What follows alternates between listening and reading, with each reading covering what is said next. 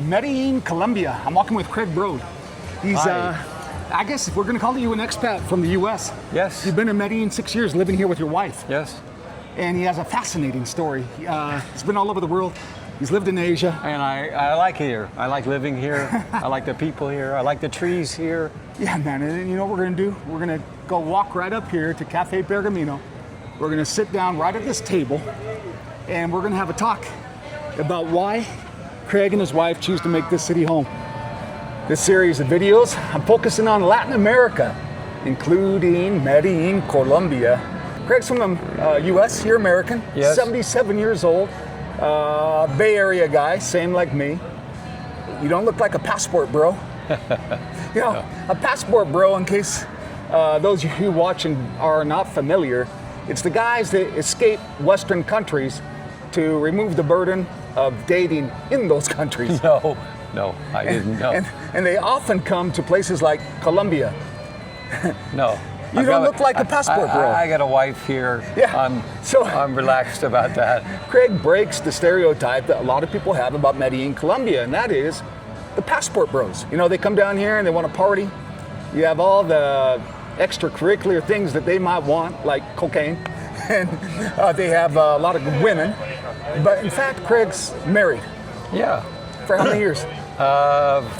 35, 36 years. 36 years, has a daughter who's almost 60, 3 grandkids, 1 great-grandkid. Yeah. He's been all over the world. Yep.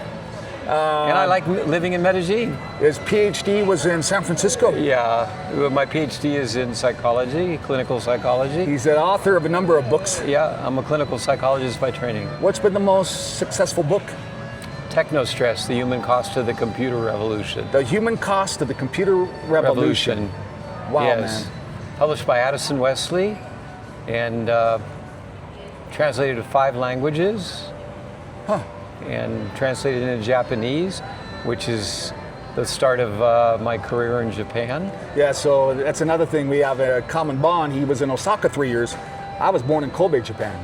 And I spend a lot of time in Japan, at least 5 or 6 times a year.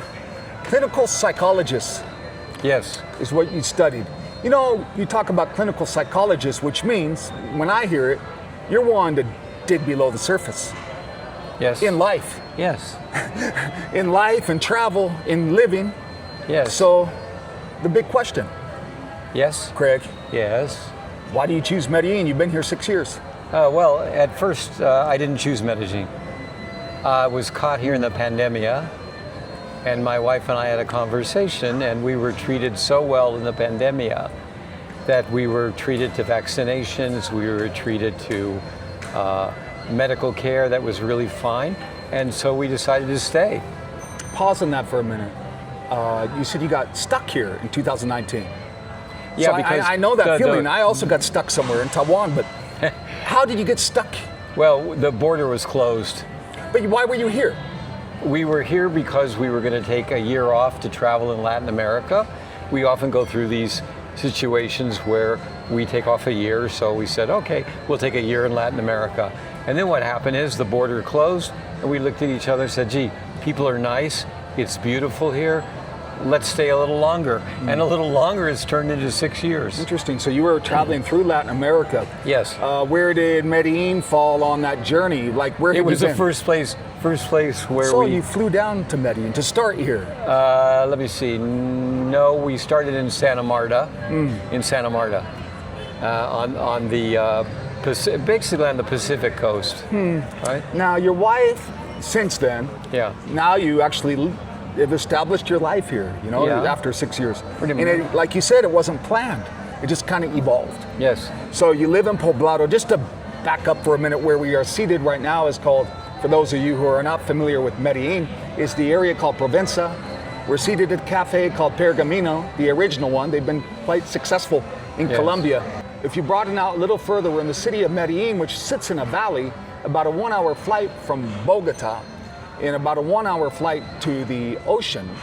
So that's where we are geographically. So you started in Santa Marta. Yeah. And I didn't care for Santa Marta. So I didn't care for the ocean there, didn't care for Santa Marta. And we said, well, we had a friend who got married, who married a Paisa, who married a a Colombian from Medellín. So my wife said, we should try Medellín. I said, fine, let's go to Medellín. So we ended up coming here. We rented a penthouse, and for fun. I mean, it was just like, okay, we'll rent a penthouse for fun. And we did, and we liked it and stayed, and we've been here ever since. Did you say you had a friend who dated a paisa? I got married to a paisa. How old was your friend? How old is your friend? At that time, about 32. Oh, he was 32. Yeah. Are they still married? Best of my knowledge, I don't know. I haven't checked their marital status, but best of my knowledge, they're still married. Something else you said. What didn't you like about Santa Marta? The ocean wasn't that clean. The sand wasn't that white. I was used to Caribbean. I was used to, stuff that looked really beautiful. Santa Marta is not a beautiful city, but I will say, if you go to the mountains above Santa Marta, you'll find indigenous people, you'll find interesting settings. It's funny you say that, everything's always relative. So some people say, oh, we love Santa Marta, but you just prefaced it. You go, well, it wasn't as beautiful as the Caribbean. Definitely not. And I think definitely not as beautiful as the Caribbean. Everything is all about perspective. What you know in the world, what you can compare it to. Sure. And if somebody has only been to Medellín, or they've only been to Santa Marta and not Hawaii, or other islands like that. Or Guadeloupe, or the British Virgin Islands, or any of the southern islands, or, yes. Sure. Now, but you have been in many parts of the world. How many countries? I don't know by count, but I've been in everywhere from Africa to Asia, Central America, South America. I've been to a number of countries. Do you know how much longer you're going to stay in Medellín? I don't know, at least for another year, for sure. And after that, I have a little dream going. Which is? Well, my father, when he was in his 60s, opened a restaurant in Koloniki in Athens, Greece. And I've been thinking if I could find an old stone house, maybe near the ocean, that I would take that stone house and reconfigure and reconstruct it and spend the last few years of my life building a house. Man, where would that be? Maybe the northern part of Greece, maybe the coast near Macedonia. What about the northern part of Spain? No, I have no. I've done Spain before. I had a store in Spain, in Madrid actually. So no, I'm no. But the northern part of Greece? Yeah, probably the northern part of Greece. It's interesting you bring that up, but just on a recent vlog, I talked about the final chapter of life. Oh. Whatever that is. Yeah. And I sometimes think about it every single day, mortality, right? And I visited a small little town in Thailand called Sichon, on the Gulf of Thailand, talking about the final chapter, because what you just described is, I think, where I feel too, that I would like to start building or putting a little home right next to the ocean. Yeah. And I was thinking about Sichon, but when you grew up on the Pacific, and the Pacific coast, and then I spent 7 years in Vancouver living again right on the coast. The coast is part of you, and this is beautiful, but it's inland, and in the end, my wife wants to get up in the morning and swim in the ocean. There's something restorative, something therapeutic about being next to the sea. Yes. If the sea is beautiful. The sea is beautiful. Yeah. Okay, Craig. I don't want to see oil tankers. We're dissecting your journey here in Medellín. Let's start with the positive. What do you love about this city? I love the greenery. I think that there's so much greenery. I love that. I love having trees around. I'm crazy about trees. I also love the rivers that run through this.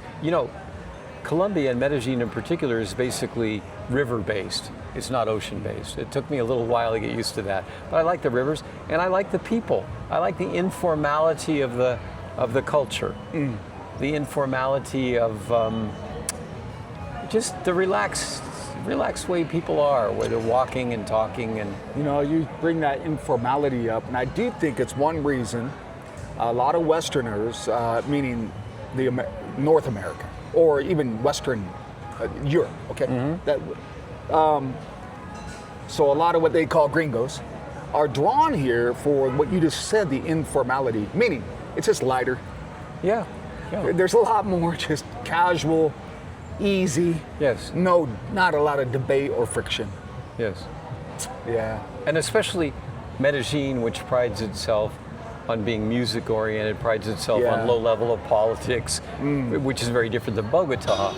So it's more relaxed here for sure. Yeah, for those watching, there's a vlog coming up where I compare Bogota and Bangkok. And I do mention that the vibe, the energy in Bogota is much more serious compared to Medellin. It's Yes. more relaxed here. So you like the greenery. The river, you like the river the basin, rivers. the greenery. I love the informality. I love the weather here. I can go out any hour at the night and feel comfortable in my t-shirt, which I love. You know, speaking of t-shirt, and look at you, man. You're 77. Hey. You're pretty fit. Yeah, yeah. And as a matter of fact, I should back up. We met in the gym. Yeah. You know, Craig was over there pushing iron, and we got talking, and I said, how old are you? And not only fit physically, but your mental. It's just, and somewhat unique for guys who are approaching 80. Ooh. You know? the fear number. Numbers that used to seem so big Oh, yeah. before, like when we were Yeah. 30. Now we get there, and they don't feel so old. No. I submitted a new book proposal, which got refused, and I'm working on writing a play, which is kind of interesting. But no, I wouldn't stop. There's no reason to stop. Craig, man, I'm fascinated by that part. You know, I'm going to put a bunch of links related to you, your books, things you're working on, in the description to this vlog. But I think my takeaway, if I were to walk off today and say, I just had an interview with Craig, a 77-year-old American who's been living in Medellin 6 years, and you have this kind of zest. And I think the secret, the key to how you live your life is you're engaged. Not only engaged, Yeah. the things you choose to be engaged in. And let me tell you something. If I had one suggestion as a psychologist to anybody, it would be this: don't retire. Don't retire. Just had this talk yesterday. Somebody said, are you, I said, and my quick answer was no, and I never will. My father lived to be 100. He Wow. worked until he was 99 and a half, right? Full time. Wow. And I say if you love your work, you never want to stop. Just Exactly. choose things you love. Don't stop learning, don't stop doing, because if you do, your cognitive level is going to go on decline, guaranteed. You have to stay engaged on positive activities. When the only thing some of my friends can say is, how's your backhand? And, you know, and I went riding this morning on my bicycle. Sure. Not That comes good. from a clinical psychologist, so Don't do it. your kind of experience and what you feel keeps you alive and more youthful Totally. is being engaged and Totally. choosing projects that you Totally. are stimulated by. Totally. So I was listening to a podcast recently by the guy, I'll put the link in the description, on the Freakonomics guy. And he said one of the keys to staying engaged is curiosity. Totally, 100%. I'm curious about so many things.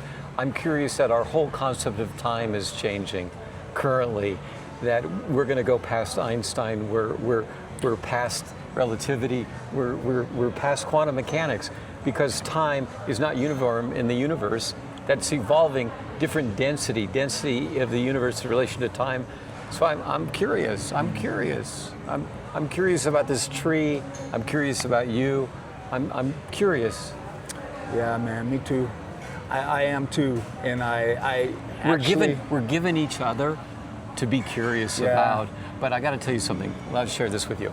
A friend of mine, he came to me and he was all sad about losing this love of his life that walked out, found another guy. Okay? So I asked him, well, is it okay if I ask you some questions about this love of your life? Yes. What does she like to read? What are her favorite movies? What's her favorite music? I finished 10 or 12 questions out of curiosity. He can't answer one of them. Wow, man, And because he was so buried in that relationship. He was And- so buried in his idea of love, Of love. that he forgot what's actually happening between two people. Forgot about his life. It was horrible. Yeah, you know, I'll experience that too. Now, my relationship is curiosity. I have a lot of freedom. And my base is Thailand. I see a lot of foreigners locked down with a woman.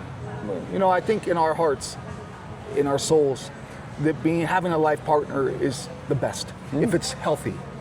But I see too often where a guy, just like you said, doesn't know where to put that energy of curiosity and being engaged, and he puts it into a relationship or whatever you call it, a partnership. Interesting. And in fact, stunts living.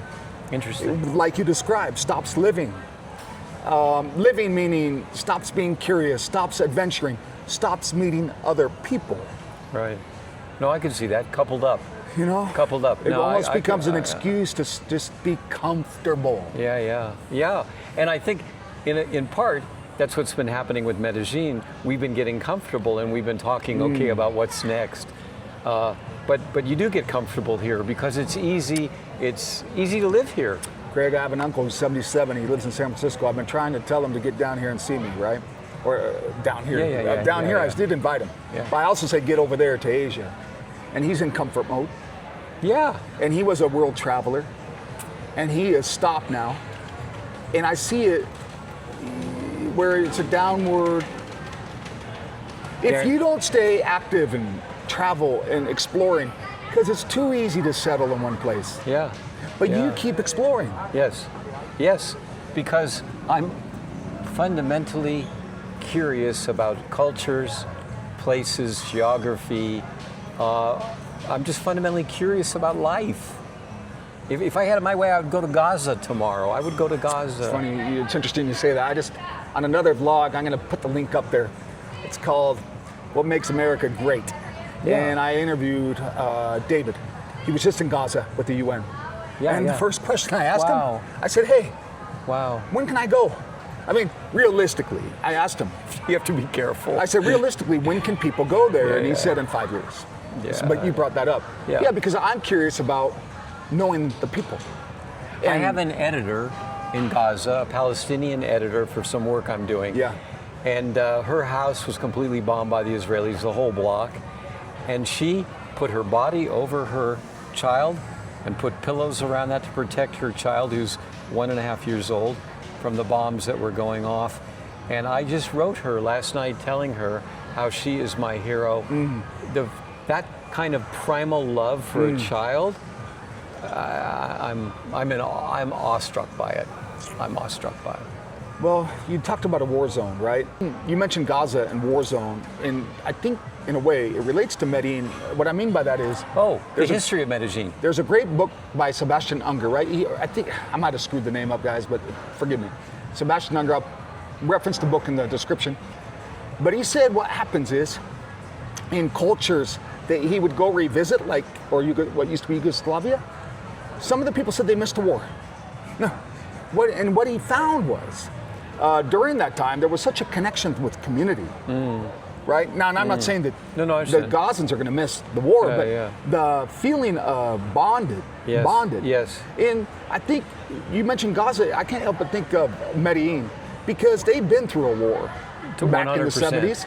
And hardly, to your point, hardly anybody wasn't touched by that war. And Sebastian Unger says that what happens in now those communities, they come out of it more resilient. Yes. And you can feel it. Yes. One of the studies that I've undertaken is looking at how human beings deal with pain. The pain of going to the Gulag, the pain of living under Nazi Germany, the pain of surviving Gaza, the pain, how as humans it's so special that we make beauty out of pain, that we write a poem, a novel, we make a symphony out of pain. Sure, and if you recall, it's amazing. They say the last time, America's going through its thing, and this interview is not about talking about politics, but they say the last time the United States truly was probably the most together was right after 9/11. It was a very painful moment for the country. Yes. And they say it's kind of the last time we were all united. I would believe that also in the sense that I'll tell you what happened after 9/11. I flew to Rome. And I flew to Rome because I wanted to have different experiences, which I did. And the way the Italians took me in as an American who had our infrastructure bombed was unbelievable. I felt like I had survived the Second World War and had been a hero because they took me in. So they were also together around supporting us. as supporting Americans. It was an amazing experience, amazing. And that was what year? Oh God, I don't know, whenever 9/11 was. Oh, 2001. Yeah, okay, 2001. Pretty sure. Man, Craig, fascinating. You know, you And break. you know why I flew to Rome? Because after they bombed the buildings, the planes were empty. People wouldn't fly because of terrorism. I got a that's round trip ticket to Rome for $212. Wow, yeah, So- I remember it was a very eerie feeling. I was in Phoenix, Arizona at the time. The airspace was closed. Yeah. It was very eerie. Man, what do you know, we kind of talked about what you love about Medellín, the Yeah. greenery, the rivers, Yeah. this relaxed way of life. What, Frustrates the hell out of me. you know, as we say this, I'm looking behind us, can't help but notice two females just totally making out Yeah, right now. that's one of the reasons why. Another reason why I I stayed mean, here. they're going for the Yeah, that's full-on one of the reasons why I tongue. stayed here. I got to show you guys real quick. They're just going for the full tongue kiss. Okay, hold on, Craig. Now I got to set the camera back there. Go ahead. Yeah, What yeah. were you going to say? Well, it's one of the reasons why I stayed here, because I went to a Catholic church. I'm Jewish. I went to a Catholic church to be quiet and as escape from the heat, just to relax and be by myself, which I did. I came out of the church and there were two women kissing, and I thought, Catholic country, immediately outside of a church, two women kissing. I'm going to be okay here. Yeah, you know, we'll talk about that passport bro in a minute. You know, passport, he's not the passport bro, but yeah, I think in Medellín, I used to live here for quite a while, and on a related vlog to this one, I'm with Andres, a local, and we talk about items like sexuality in Medellín, okay, and dating. So rather than dive into it on this one, Yeah. you can tap on that link, and Andres and I take a deep dive into dating in Colombia and sex. So sex to the point where we don't get any violations on YouTube. So What I don't like about it, yeah, exactly. the very same things that make it a wonderful place to live also make it an aggravating place to live. It's hard to find peace and quiet. So because of the music scene, which is everywhere, so if you love music and you like a certain kind of music, you can find it in Medellín, okay? So I don't like that about it. And I also don't like the sort of anti-intellectual, sorry everybody who likes happenings, but I also like to go hear music that isn't boom, boom, boom, bam, bam, bam. Reggaeton. Okay, reggaeton. Oh, reggaeton to me is the biggest excuse for music that there is. And also, the other thing that kind of drives me crazy, if you're trying to do business here, you're going to have a hard time. Nothing is straightforward. It takes way longer than it, you know. Don't invest your money. Okay? I preach the same. Keep going. Keep on with the things it's you just, don't like. My partner and I and a group of partners probably lost around $110,000. Okay, let's pause on this for a second. Yeah. I've taken a deep dive into this topic, right?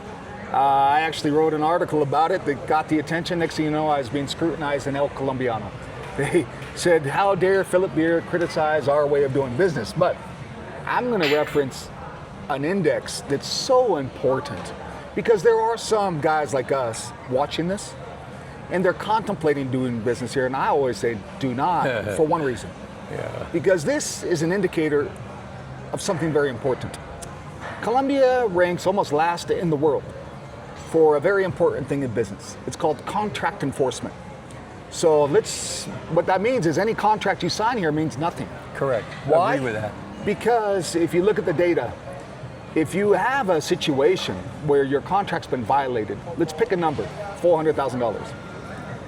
They say, number one, you're not going to be settled. The average contract enforcement, 4 years, number one. And they say you're going to spend half of what you're owed in trying to collect it. Yeah. So if you're owed 400, you're going to spend 200. And it's going to take 4 years. Now this is facts. So that's why I would never do business here. And I think it describes what Well, you're saying. let me refine that a little bit. I agree with you 110%. Having been part of a partnership that lost $120,000, and I've been through that. And everything takes 5 times longer than it needs to. I agree with that. So if you're going to do business here, you can do it with Europeans or Americans. Just make sure that, and I say this with due respect, because there may be differences. There's so many individual differences, but in general, I would not do business here. No. Okay, so Craig, you were talking about some of the things you don't like. Yeah. You said that some of the things that you love about it are also some of the reasons you don't like it. So the this relaxed informality way, of trying to get something done. The informality of mañana. Yeah. Or the, you said it's an artistic, expressive culture. You said, well, that also boils over into where you can't sometimes get peace and quiet. Yes. Because there's always music and noise. Yes. And some of the music is noise. Yes. In your in my definition. opinion. Philip Glass was a very interesting guy, and he defined music as the organization of sound. But if you think the organization of sound is boom, boom, boom, boom, boom, boom, boom, boom, boom, boom, boom, and you want to hear that more than 5 minutes a day, well, okay, fine. I don't. What does your wife think about that? She agrees. She doesn't either. Especially as we get older. Yeah. I'm not sure it has to do with age. I have it to do with complexity. That the lack of complexity in the music is stunningly boring. I mean, if you're waxing your car and you're hearing boom, boom, boom, boom, boom, boom, boom, and you're going boom, boom, boom, boom, it's okay. But if you're doing something else where you want to listen to the music, then take Maluma and throw him in the garbage can. Pardon me, Maluma. Or Craig, if you go to a strip club, boom, boom, boom, boom, it's kind of good. Might be okay. Where you got all that gyration, you know? Yeah, might be okay. Passport bros probably love it. Yeah. So they might love it. Craig, man. They're thinking about boom, boom, boom. Yeah, they might love it. Right? Yeah. Okay. But you're not a passport bro. No. You know, as I say that, I look over here, there's a little sign. We're in front of a cosmetic thing, and it's called about pheromones. For more sex appeal. For more sex appeal. Yeah, This city is sexually driven. Yeah. But what's unusual is you're 77, you're married for over 30 years. Yeah. You're not here for that reason. No. But they're also here. I need to bleep a few words out here. But you're not here for the cocaine. No, definitely not for the cocaine. Because a lot of people do come for the party and the women. Yeah, and they go away with knowing nothing about Medellín except party and women. Do you know many other guys like you here from the U.S.? Yeah, some we know personally, and also some Colombianos that are more interesting and not interested in, dating and having sex and the rest of that stuff. It's like they're also interesting people. Interesting people attract interesting people. What's your typical day? My typical day is I wake up around 6:30, and I usually get some coffee. I check my stocks. That's just normal. And then I begin to either write or do consulting, which today I just came from a consulting assignment on a new kind of solar power that's beyond glass modules that's being developed here in Medellín, or on the outskirts of Medellín. And then after doing the consulting, I write some more. I'm working on a play, so maybe I develop a scene, characters. I'm learning from Stanley Kubrick's work about how he sees characters, how he uses a camera. 2001: Space Odyssey is one of my favorite films. It's just amazing. And how a machine called HAL, I'm feeling sad that HAL's dying. They're going to pull his brains apart. Sounds familiar to today with GPT, where people are having a very intimate relationship with a computer. Totally. I was on the Jenny Jones show years ago, and with a sex therapist, a psychiatrist, and he said, well, basically the computer can help my clients with sex relationships. And I said, well, maybe, but also not really, because intimacy is what gets in the way. It isn't the sex, the act of having sex. Now it's pretty possible to be intimate with GPT for a lot of people. It's like you bring up Jenny Jones. Those are good years. Geraldo, Jerry Springer. Totally. That was some good TV. It's kind of was during some innocent periods. Well, and also ability to explore topics that, considering 25 or 30 years ago or 40 years ago, would have been like, what? Yeah. Right? Yeah, we've a lot of that's all been even peeled back. To Woody Allen marrying his stepdaughter. Sure. Yeah, it was random, huh? So wild. Yeah. Man, so you do your writing and then you go to the gym? Yeah, and then I go to the gym and I work out for an hour and a half. And then what about evening? And then in the evening, we go to the movies, or we go to, sometimes they have a symphony here, but they have a jazz club called jazz club, a club de jazz, and they twice a week they have Central or Central. Poblado? Central. Yeah. Yeah, Yeah, Central because has it's some cool way stuff going cheaper. on. Way cheaper. It has some good stuff going on in Central, Yes, artistically. very. So then you go out in the evening, you go out to eat. Sometimes we go out to eat. Yeah, Do you have like a house nanny without the kids? No. Okay. No. Okay. Because a lot of Yeah. foreigners do, and she actually will cook. So you'll go out to eat. What are your top 3 restaurants in Medellin? Well, I think one of the ones, Rococo, is Peruvian food is really good. Okay. Where's another place that we go? That the one on the corner here. Modongos? Italian Okay. restaurant. Italian? Yeah, I'm not. I was there last night, La Where? Provenza. I do like to go to Mondongos for Colombian food, but I do like a fish and beans. And my fallback always is crepes and waffles. Crepes and waffles is standard. I'm never fare. disappointed. Yeah, and it's inexpensive and It's really, relatively but it's good a great and story. good service. It's a great story. Good story too, and we'll get into that. Okay. I always joke with them when I go there. I ask for a job application. You're the wrong sex. That's right. So you can never do this in the U.S. Yeah. The entire Yeah. restaurant, they only hire females. Can you imagine doing that in America? I'll tell you what else you can't do. So I see this woman working out at the gym, and they're either falling out of their tops Sure. or their bottoms, but they're very relaxed about it. They have a very different body culture That's right. here. It's a different body culture. And I say to her, she's exercising, she's looking in the mirror, and she's exercising her gluteus maximus. Okay, so I walk over and I say to her in Spanish that her buns really look great, and she smiles at me and says, "Thank you." I said, I could never do that in the United States. Never, never, never. And I would get whacked. They call that sus pompis or sus nalgas. Now, were they real or surgery? No, they were real, and she was. How do you know?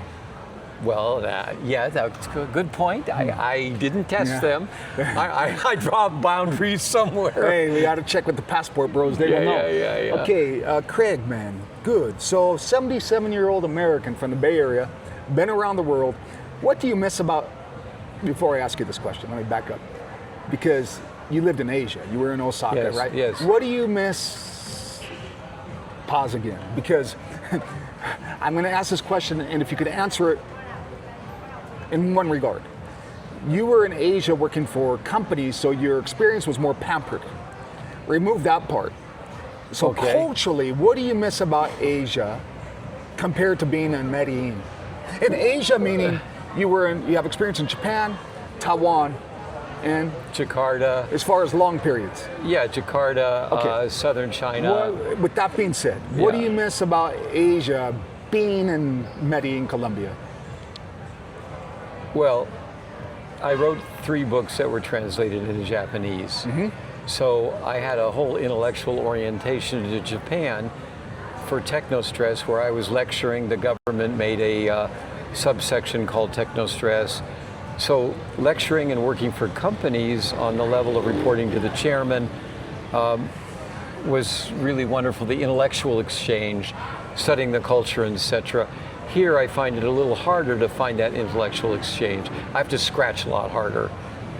I know the head of the UN delegation here, so I'm able to talk about politics and what's happening. But mostly it's harder to find here. It's harder to find. If you're interested in the intellectual exchange, stimulation, don't come here. Do not come here. You will not find it. You might go to Bogota and find it, but not Medellin. I'm going to drop another factoid here about the PISA index, okay? Which measures, and I'll put a link to this so you can see I'm not making it up, but it measures critical thinking. And Colombia ranks almost last. Yeah, I would say critical thinking is not a strong point. So, a lot of what you're saying, there's actual measurement that validates it. There's 2 problems here that are very interwoven. There's a guy by the name of David McClelland that studied achievement motivation called ASH and distinguished countries by the level of achievement motivation. The achievement motivation is not high, at least in Medellin, that's number 1. But number 2, there's no real structural support for it. It's not like if you work in this cafe and you work really hard, you're not going to get any more benefit than if you didn't work hard here. There's no... Can we pause on that for a minute? Yeah, sure. There's another index, I'll put it in there, that validates what you're saying. It's called upward mobility. Yeah, and Colombia again ranks almost last. Yes. So there's no motivation to work hard like we have in other parts of the world where you have upward mobility. The streets here, Bogota or Medellín, there is a crisis, meaning they're getting a lot of pressure from Venezuela. And some might actually say, let's bring it up right now, safety. How do you stay safe in this city? I feel totally safe in this city, but I know where to go and where not to go, so I feel generally safe. I mean, I lived in San Francisco, I've lived in LA. You've never been scopamined? No, no. I'm messing with him. Because you're not a passport bro. No, right. If you're not on Tinder. No. If I were, I would be very, very careful. Sure. So, I think there are ways to make things a little more safe, like Uber, and what hours you go out, and how you get from point A to point B, and when you pull your phone out. Yeah. You pull your phone out in the wrong situation, it's going to get grabbed. Okay, what do you I'll miss? tell you something about my wife, okay? She's walking in Berkeley, California down the street, and somebody jumps out and takes her bag and purse right off her shoulder, yanks it, and runs away. Yeah, okay? you bring up a good point. And it's like, Berkeley? No, come on, my sister lives in Berkeley. It's perfectly safe. No, it's not perfectly safe. Well, you can say East Palo Alto. Is East Palo Alto pretty safe? We have crime, a different kind of aggressive crime, I think, in America. But you know what? You say that, you draw the comparison between Medellín and the Bay Area. Okay, I'll give you that. But you know where I won't give it to you? Where? Taiwan, Thailand, or Japan. Now, you can go to scam centers of Pattaya or Phuket. Something might happen. But for the most part, when you're in those Buddhist countries, Japan, I never had any problem in Japan. I can leave my laptop right here for 2 hours and walk away. You can't do that here. No, I wouldn't advise I can leave it there, walk away, come back 2 hours later, it's still there. Japan, Taiwan, or Thailand. Now, come on, I've only had two phones stolen here. Only True two. story? Only two. You have had phones stolen here. When? I was at a hotel, put it down to say goodbye to some it was gone. friends, and it disappeared. And it just happened to disappear in a place where the cameras weren't able to spot it. Okay. And then what about the other one?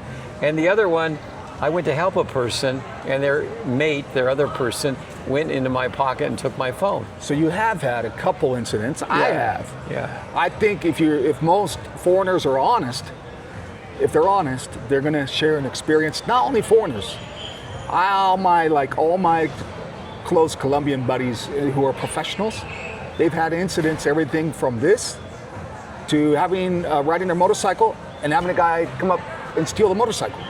Well, in Rome, on a bus, somebody picks my pocket. Okay. I suddenly have no cash, and I'm going, wait a minute, I had cash, and somebody is going through and running away. So I don't want to create the feeling. No, I know. Anywhere you are today in the world, maybe aside from, well, even Bangkok has its shady sides, but aside from that, just be a little bit more aware.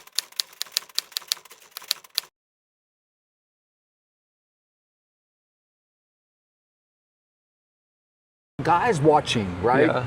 Guys? Because, guys in particular. Okay. A lot of my viewers on my channel are men in Western countries. Okay. And they're usually over 50. Okay. Say it's a guy over 50, not married. Okay. Which guys over 50 would probably love it here if they're not attached in a relationship? Well, I think it depends who they are and what they like. For example, if you're over 50, I would see it as a number of dimensions. On the athletic dimension, there's kayaking and lake and climbing places in the north, and there's a lot of stuff to do that's physical activity. Okay? If you like food, you can venture into food and learn about, for example, I learned about at least a dozen different kinds of fruits here that we don't get in the States. Okay, so that's kind of fun. And then if you like women, you will be more than welcome, and they're very accepting and kind and beautiful. So, and they have a sense of peace and presence about them that can be very touching. And you have to be very careful. Okay, very careful, because you get a lot of guys down here who are hunting women in the worst sense of that. And they've made it bad for a lot of other guys who really would just like to meet somebody that they enjoy spending time with and hanging out with. So, Craig, which type of expat would not be good down here? Who is it not for? It's not for an expat who wants to have an orchestral experience, who wants to listen to classical music, who wants to. They have one museum or two museums of art. If you're really an art lover, you'd be better off with a different kind of city. Got it. Yeah, I agree. So you know, or if you're if you're a person who likes, well, it depends. If you're Spanish fluent, then they have some very interesting places here. If you're not, forget it. Craig, okay, so you live in Poblado. Yes. What's the area? Where do you live? By Vizcaya, we live. Vizcaya, which is up on the hill. Yeah. You have did you rent? Yes. How much do you pay? $1,900 a month. Why not buy a place here? Well, first of all, at my stage of life, I don't want to own anything. Okay. We've done that. Okay. We've owned a Frank Lloyd Wright house Okay. in the wine country. Okay. I built a house in the wine country, and I came here and I said, my wife, we went to an interview, if you will, and a beautiful place overlooking the city, and the woman said, well, you have to pay HOA, and you got to pay this, and you got to pay that. And my wife looked at me and said, I don't want to own anything. I said, fine, excuse me, I'm very sorry for wasting your time. We don't want to own anything. So we decided nothing. Freedom, man. So $1,900 a month. Yep. Nice view of the city. Great place. And what else is... It's probably considered expensive How here. much would something similar like that, I'm trying to think where you overlook a city in the U.S. What would you compare it to, and what would the price be? Don't use like a San Francisco? Don't, no, because I'm saying an equal city. So where? Somewhere that's affordable. So San Francisco. Des Moines, Iowa? No. So we should back up. Yeah.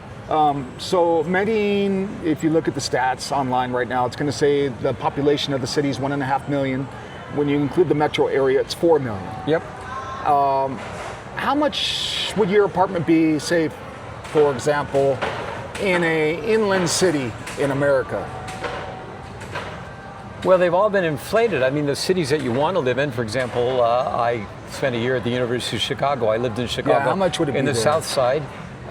Your similar apartment? $2,500, $3,000. Okay. Yeah. And our friend, you don't want me to mention the Bay Area, but I will because it's so absurd. Sure. The same with Los Angeles. It's gone nuts. And the same with Vancouver. And the same with Seattle. They've all gone crazy. And crazy means this. She has a one-bedroom, so-so kind of place, maybe 850 square feet, and it's $4,000 a month. Okay? And she's... How many square feet is yours? Mine's about 1,350 square feet. Yeah, around that, yeah. Man, so... It's 2 bedrooms, 3 bathrooms, a nice outside deck with a view of the city. Yeah. Knowing what you know now, you've been here 6 years. Yep. If somebody's contemplating coming here, an expat, Yeah. say from the U.S., Yeah. what would be your cheat sheet to make the transition more smooth? I would say contact a person like the Medellín, I forget what it's called, but they have a group in Medellín that helps you with your paperwork and helps you make that transition really easily. We didn't do anything with our paperwork. We went to, I think it's called Expats Medellín. We gave them our passport and paperwork. They did all the paperwork, filled it all out, submitted all the government forms, and charged us relatively a small amount of money. But it was done, and I got my cedula, which is like our Visa card, and that's what I would suggest doing. Don't try to do it on your own. Man, you bring up the number one tip, and I will endorse that tip, because whether you're in Thailand or here, that is so smart. You pay a little fee, Yep. relative to all the stress and frustration of having to do it on your own, because the systems don't work here like they do back home. It's not efficient. Exactly. You're going to be told, you're going to fill out all the paperwork the way they told you to fill it out. You're going to come back the next day and they're going to say you did it wrong. That Or frustration. you forgot to fill in box 2. Or you forgot a photo. And then that frustration in itself, to me, is such an expense that I would almost abandon even coming here. But if you have an agency help you, I'm going to put a link to the one I know and I love, and these guys are great, Gutierrez Group. I highly recommend them. There's agencies that will help you. That's what I would do. And I think that's a great piece of advice. Yeah, I would do that. Craig, man, thank you. It's been awesome to meet a guy like you who's not a passport bro, No. who chooses to live in Medellín, which in fact you kind of break the stereotype of those who choose to come here. You're married. Your wife also enjoys it. And my grandkids, my granddaughter's been here 4 times and she loves it. So How old if is you, she? my granddaughter is 28. She's going to be 29. Okay? So it goes like this. If you come here and live here and you want to have family come, I know very few family members that don't like to come here and experience it and go home. So it's great. Very cool, man. So, 28 any years final old. thoughts before we say farewell? No, I just think people should come here and enjoy it, and but enjoy it for what it is. Don't come here looking for the Berlin Philharmonic. Okay, you're not going to find it. The arts of the museum. Go to New York for that. Yeah, totally, totally. Craig. Go to Miami.